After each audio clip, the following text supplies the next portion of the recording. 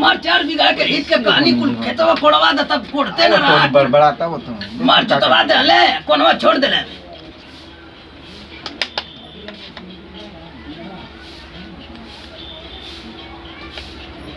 कहो मार सर engine engineer दिखाइबो काट कुल तो का करी हमार खेतवा कोड़वा दे लो कोनवा तारबाव कोड़ी का हो तो बाबू तो तू ही हड़ा जाके कोड़वावत काहे नहीं खा ओकरा के विदा किले बड़ा के करा के विदा कनी रे छोटके के ना तो वो तो पढ़े गईला सर मार तो के कहनी कि पढ़ लिख ला हो तो कहतो ना हो बाबूजी हम बिया करे पढ़े ना तब का मार हित बतियाओ तो अच्छा ठीक बा उ सब तो ठीक बा बिया तो कर देला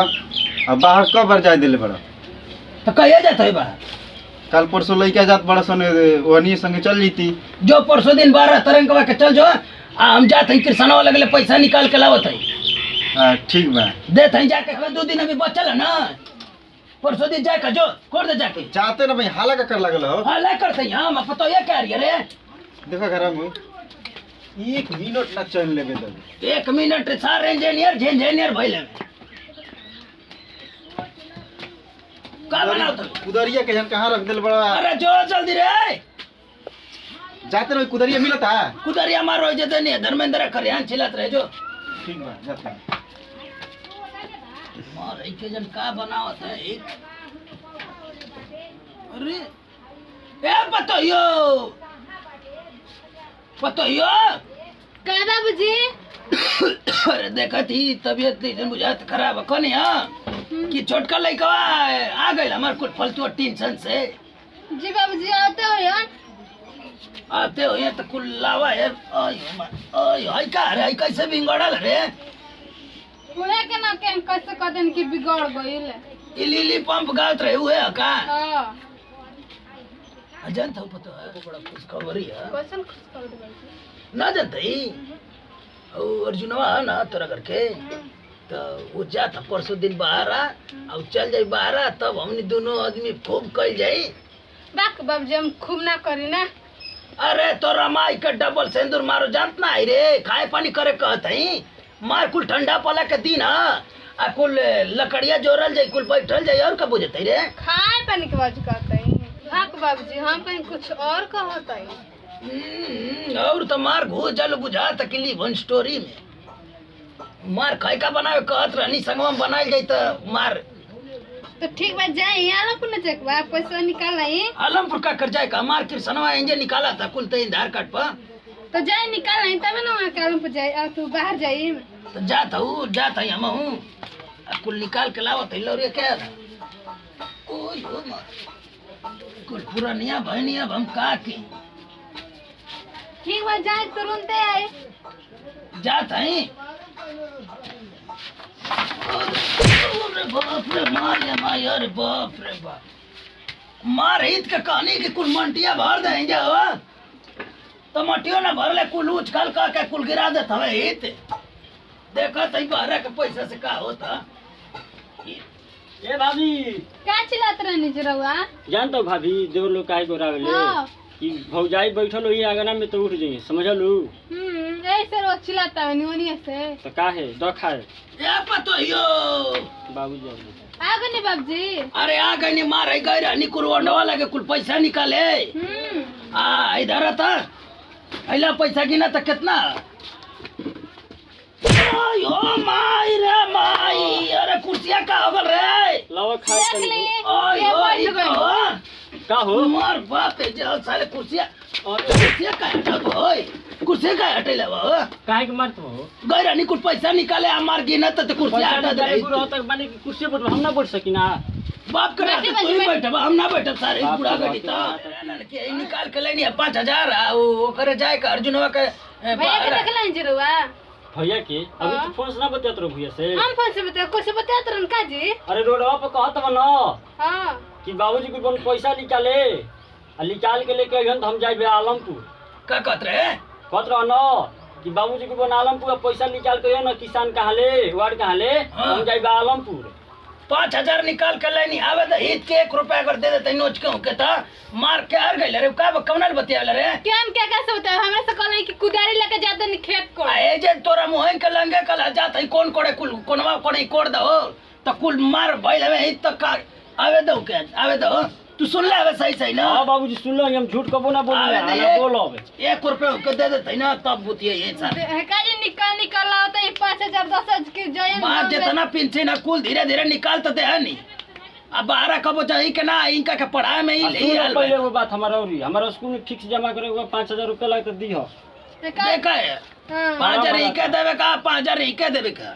हाँ तो उनके खाली देबो देला जाई सब मार कहिए के कुल बीमारी भइल हमर कोनो इलाज न कराव तो लोगी ने हमार 5000 हमके दे आवे दो के आज मुआवत है ईद के भइल हमें ज्यादा यार और फोन में केने बड़ू हो अरे सुना तो नत बा आ गनी जी कुदाल कोड़ के हां कोड़ के आगु नहीं कल बाबूजी पैसा निकाल के ला दिलन हां बाबूजी तो कबे निकाल के लाए हैं कहां गुल बड़न घर ही भाई ओ जी करे आए धन्यवाद का कहत हवे निकाल ला दिल पैसा हां पैसा तो निकाल दे नी बाहर जात हवे ना ना हो बाहर नहीं खिजात काहे रे सोचत बनी ना कि आलमपुर जा का करे आलमपुर रे अरे मंचूरन के दुकान खोलत तनी सोचत तनी खोले के समझला गरमा गरम मंचूरन खूब बेचाई यहां में 2 पैसा कमाई त का बाहर जइयो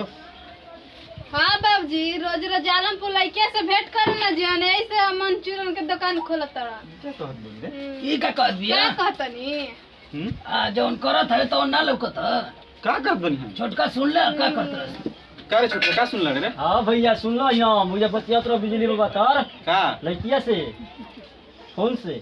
सुनो ये सब का बोलते रे अरे सिखावा तो जवान ईद हमारे करे का सुन ले एगो बात कह देते हैं नीमन से कर 2 पैसा कमाना है तो कब तक हम खर्चा चले तो हाँ। समझ गेला दू पैसा कमाही के ना कहत नहीं हो दुकान करो तो 2 पैसा ना कमाई एगो सुनी जहां जहां जेन तहां दीपक जोरे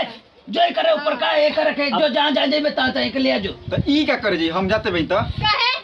ई का ना जी हम काहे ना जाई ई क्या आ कर तोरा दिया? मार छोड़ दो और फोन में बतिया के का हो जोरे जो तू जो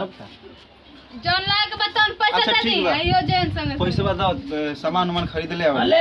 सुनो कम में दियो 3000 बा 3000 काट देता दो भी हमारे कितना लगी हमारे स्कूल में अथु देबे के दो 50 अरे तो रख बच्चे रख तो ले ले कर संग संग जो तू सब सामान लेवा के आ जो अलग मत हो एकर संग ही रही जो अरे वो कल ले जाके फिक्स जमा कर दे तो जाना खाली सुन तड़ू तनी खाना वाना लगाओ ना तुम भूख लागल बा ठीक बात लगाते भाई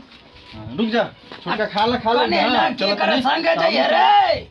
जे हर जाए जौने दुकान पर जाए ओने दुकान पर जाइए ठीक बा तन को ये ना मत ठोकर ठीक बा ना हो कम का कहले रे क्या कहले बनी हां तो ये बीच में तो बतिया तो फोन का देख ले? हेलो के बोलता हो खा ले लू हम ना सुने मने कना वही रहा हमारे हैं खा ले लो। का तू वो पगला आदमी से गल बड़े बतियात रह तू आदमी से कहत रह खा ले लू बताओ खाली मजाक अरे वो बोली दोस्त बाबा, रहे, आय, दोस्त रहे। बाबूजी के भूलवाई बा हमारा के ना आ भाभी के भूलवाई बा झगड़ा लगाओ तड़े दो झगड़ा खाना दो लगाओ, खाना छोटको अब भैया चलो जल्लाओ झोरो चल ना हाँ चलो चल चल ए भैया सुनो ये समोसा समोसा की बनाओ चल ना यही कह कोई से कुछ नहीं कहे ए ना भाई ना कहबो अब लड़की को लाके कह दिया तो कुछ हम छोट कहे कहत हो यार अरे केने बाबू हो हमारा को बर्तन आ धोते तो पिया अच्छा धोधा के आओ तनी उतर हो का हमर दे जवान भइल बारो क्या जवान भइल बा अपने चल तो हीरो मोती एगो ले के हितनी अथु हमारा को जितनी तारे सामान नहीं खियावा खाली ना काहे के भूलबा। टारत रहे से हमेशा दिमाग हां बाबा बाबा जी का भाई रे आगल सामान कुल रे एकदम सामान ताजा ताजा निकल गई कमार है पटाई वाली गोभी लेकर अरे वो रे करे बनेला टमाटर वाली बा तुरंत बनती है हाँ। और का ले लो हेमन का हो वही में देवे दिया वाला ये। यही में दिया ये ई कतने का ई 10 रुपए में फुल प्लेट दियाला 5 रुपए में हाफ प्लेट अरे होय देले कतने का वो दुकानिया ई ले 10 रुपए के मिलला पूरा अकल कुल पैसा कितना उठ गला 3000 लागल 3000 लग गला ना बाबूजी देखो झूठ बोलता हूँ झूठ हम ना बोलना भैया कहाँ झूठ 2900 बोलते रुपया लागल 2900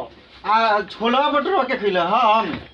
छोला भटूरा ना खइला ना नंदी हमारा मने होय से खात रहो हमरा कहत हो खाए पिए में का कुल झगड़ा कर ले लोगी देखा तरह कर ना बाबूजी, अपने होय से खाते हम। ऐसे खा मार हमार हीरान मोती हवा में तू ही खइ जाबे तू ही खइ जाबे खा जीवा त खा जियावा चल अरे चल देख के जरूरत रहे लगे देख अरे छोड़ो कौन रे दीपक वो हां बाबूजी कौन बतेवले ना ना और ना हमरा रहते बतियो हो लेका गोभी लेका तो है ना बोल दे फिर जांगो। पतोयो ये चलो ढेर कमल जी भाई मार कुल ले जा का तरह लोग इनको फटाफट करा तो दुकान लगाए के जोर दो के लिया लिए ना हमारे अरे तुम नाम रे लो लई कौन लग हकी ले कहला रे केकरा बोल बोल बोल ले यही मंचूरन हो मंचूरन बहो कैसे किलो देता बा तो काहे चुपल बड़ जा मत घरे चलो जल्दी जल्दी हो एकदम छाना तनी एकदम शांति खाली फोन ले बतियावे को आदा ना खूब फोन ले बतियावे का रे दीपक बाबू हां बाबूजी का होत रे का को तो बेचाता तो हमार आजे दुकान कैला ही तो उधारियो देत हो का हो तब गह के उधार ना दे भाई मार हो जाइए कल कह देला 30 रुपया उधार देले ना के हां आ ले ले धंधा होत रे यहाँ एकदम झकास ते तो ऐसे बना ना एकदम बढ़िया बड़ा निमन चलत रे कहत है दादा 30 रुपया लेके जा हो देला हो दीपक से तो लेके नहीं ठीक है रे पहले दिन हित मार बुझात हो बुझ भइल हो कुल उधारी देत हो बंद कर होके माछी उछी लगे ढाक के रख अरे हां भैया ढाक दे नहीं तो ज्यादा कपार खाऊ लगे इस ना खाली पढ़ी ना हम निकला अरे ग्राहक नहीं ना उसका रे अरे यो ना हबराई के अरे आवा मंचूरन खा लो हो भैया अजे खाई हो पिस्ताई जे ना खाई हो पिस्ताई ढेर ढेर पैसा लेके आवो काले हो भैया मंचूरन लगा दाई के हो भैया ला ला कर बड़ा निमन है चलो कितना के 10 ना बाहर आ ना जो बड़ी निमन बच्चा तरे ए बच्चा कृष्णा कितना के लेत हो ला ला ला तो जल्दी पैसा दो देख ले बोल हम अरे भाई जल्दी पैसा दो ना तो बाबू के हिसाब दे पैसा दे दिया भाई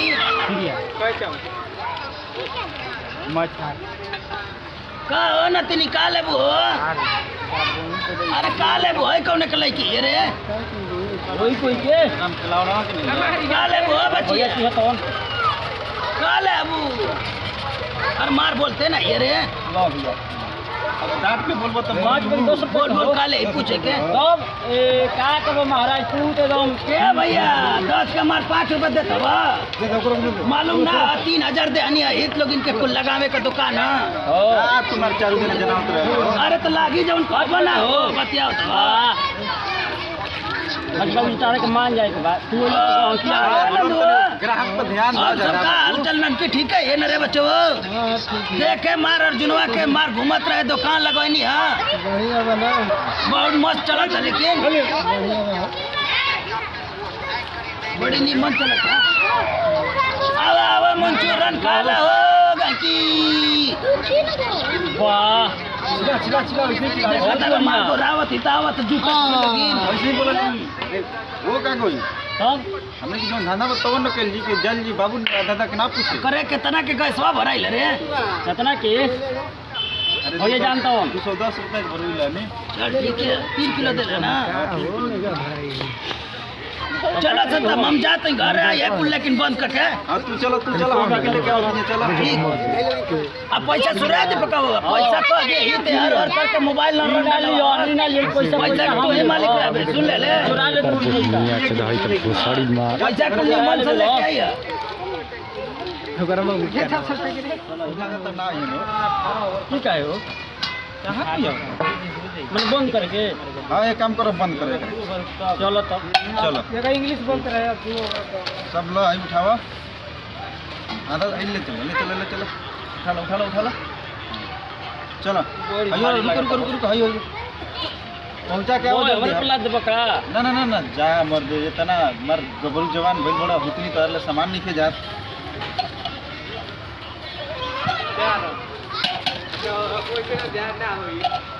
चलो ग्राहक ना यहाँ लगता